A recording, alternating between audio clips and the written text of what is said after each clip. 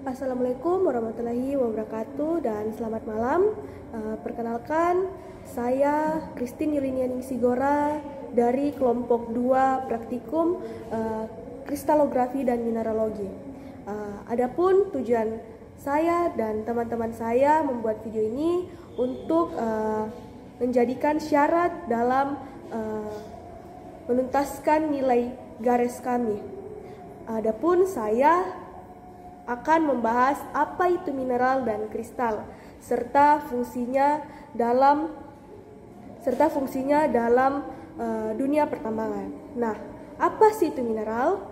Mineral adalah zat padat yang terbentuk secara alami dengan komposisi kimia tertentu serta struktur kristal internal yang khas yang terbentuk melalui proses anorganik.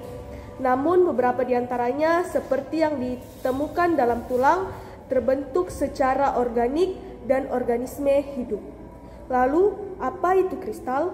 Kristal adalah zat yang mempunyai bentuk bangun beraturan, terdiri dari atom-atom dengan susunan yang teratur.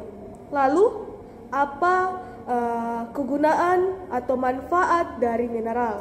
Manfaat Mineral memiliki peran yang sangat penting atau sangat signifikan dalam berbagai sektor industri dan kehidupan sehari-hari.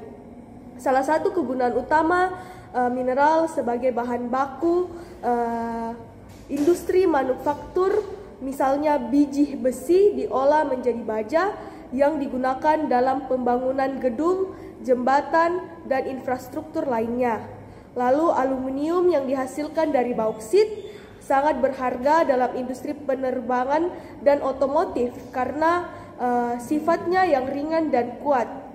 Tembaga yang ditambang dari berbagai biji tembaga digunakan secara luas dalam industri listrik dan elektronik karena konduktivitas listriknya yang tinggi. Lalu, apa manfaat dari mineral? Pada bidang geologi, mempelajari kristalografi sangatlah penting karena untuk mempelajari ilmu geologi, kita tentunya juga harus mengetahui komposisi dasar dari bumi ini, yaitu batuan. Batuan sendiri terbentuk dari susunan mineral-mineral yang terbentuk oleh proses alam. Dengan mempelajari kristalografi, kita juga dapat mengetahui berbagai macam bahan-bahan dasar pembentuk bumi dan yang ada di sekitar kita. Serta ilmu kristalografi juga dapat digunakan untuk mempelajari sifat-sifat berbagai macam mineral yang paling dicari manusia. Selain itu, kristalografi berperan penting dalam analisis material, dalam aplikasi dalam dunia industri, khususnya otomotif, manufaktur, energi, serta pertahanan dan keamanan. Kristalografi digunakan untuk meningkatkan kualitas dan performa material, misalnya dalam produksi baja dan paduan logam. Analisis tekstur kristalografi dapat mengoptimalkan ketahanan material terhadap deformasi, serta meningkatkan kekuatan dan daya tahan produk akhir. Industri semikonduktor juga memanfaatkan kristalografi untuk memahami susunan atom dalam kristal silikon guna meningkatkan efisiensi perangkat elektronik dalam kristal silikon yang kita gunakan. Sekian dari video saya. Selanjutnya teman-teman saya akan membahas mengenai sistem kristal, bentuk-bentuk kristal, cara mengukur sudut dan sumbu pada kristal. Itu saja yang bisa saya berikan. Terima kasih. Selanjutnya, untuk pengertian dan contoh sumber kristal akan dijelaskan oleh saya.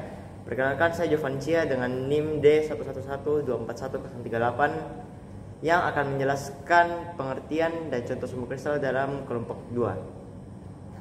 Jadi, sumber kristal adalah garis imajiner dalam struktur kristal yang digunakan sebagai referensi untuk menggambarkan bentuk, orientasi, dan simetri suatu kristal.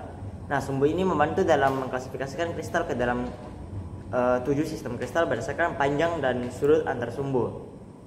Nah, contoh sumbu kristal dalam sistem kristal itu ada 7. Yang pertama, sistem isometrik. Sistem isometrik itu memiliki 3 sumbu A, B, C dan sama panjang dan saling tegak lurus satu sama lain. Untuk sistem tetragonal memiliki 3 sumbu dengan 2 sumbu A dan B sama panjang, sedangkan sumbu C berbeda panjang. Semuanya itu saling tegak lurus. Yang ketiga, sistem ortorombik memiliki 3 sumbu A, B, C dengan panjang berbeda dan saling tegak lurus. Yang keempat, sistem trigonal yang memiliki 3 sumbu sama panjang yang membentuk sudut lebih dari 90 derajat terhadap satu sama lain. Yang kelima, sistem heksagonal yang memiliki 4 sumbu. 3 diantaranya yaitu A1, A2, A3 yang berukuran sama dan membentuk sudut 120 derajat. Sedangkan sumbu keempat, C, tegak lurus terhadap ketiganya. Yang keenam, sistem monoklin. Sistem monoklin itu memiliki 3 sumbu yaitu A, B, C dengan panjang yang berbeda. Tapi dua sumbu saling tegak lurus, sedangkan satu sumbu miring terhadap yang lainnya. Yang terakhir, sistem triklin memiliki 3 sumbu A, B, C dengan panjang yang berbeda, dan ketiganya tidak saling tegak lurus.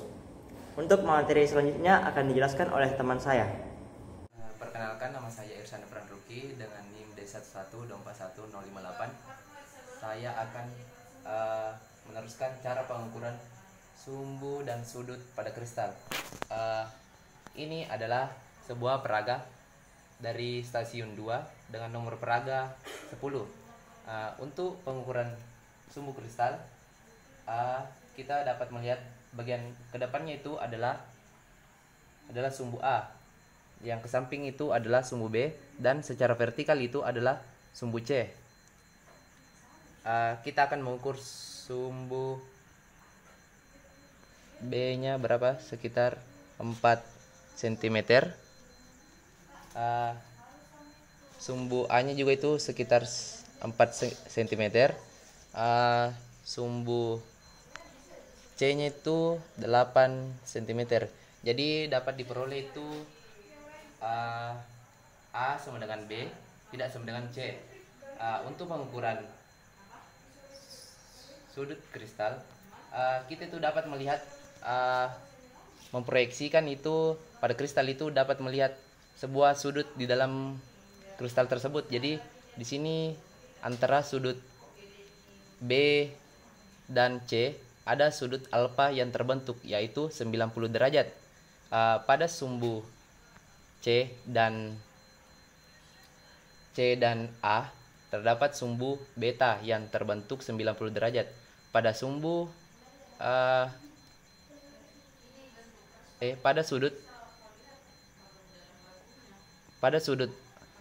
pada sumbu A dan B kita dapat melihat sudutnya itu sudut gamma yaitu terbentuk 90 derajat. Jadi dapat disimpulkan kristal ini memiliki sudut kristal A sama dengan B sama dengan C sama dengan 90 derajat. Jadi dari hasil kesimpulan itu dapat disimpulkan bahwa peraga ini adalah sistem kristal tetragonal. Terima kasih. Baik, saya akan melanjutkan tentang sumbu kristal. Nama saya Raihan Al-Ghafat Rasul Karnain dengan NIM D1124109. Jadi sumbu kristal adalah garis imajiner yang digunakan dalam kristalografi untuk menggambarkan struktur 3 dimensi dari suatu kristal. Setiap kristal memiliki 3 dimensi utama, yaitu panjang, lebar, dan tinggi. Dalam penggambaran kristal digunakan 3 sumbu utama yang disebut sumbu A, B, dan C yang berfungsi sebagai sistem koordinat dalam menentukan orientasi kristal. Namun karena kristal yang sering digambarkan dalam bentuk 2 dimensi, maka digunakan proyeksi ortogonal untuk mempresentasikan ketiga sumbu tersebut dalam bidang gambar. Sistem sumbu kristal terdiri dari 3 sumbu utama yang memiliki arah tertentu. Sumbu A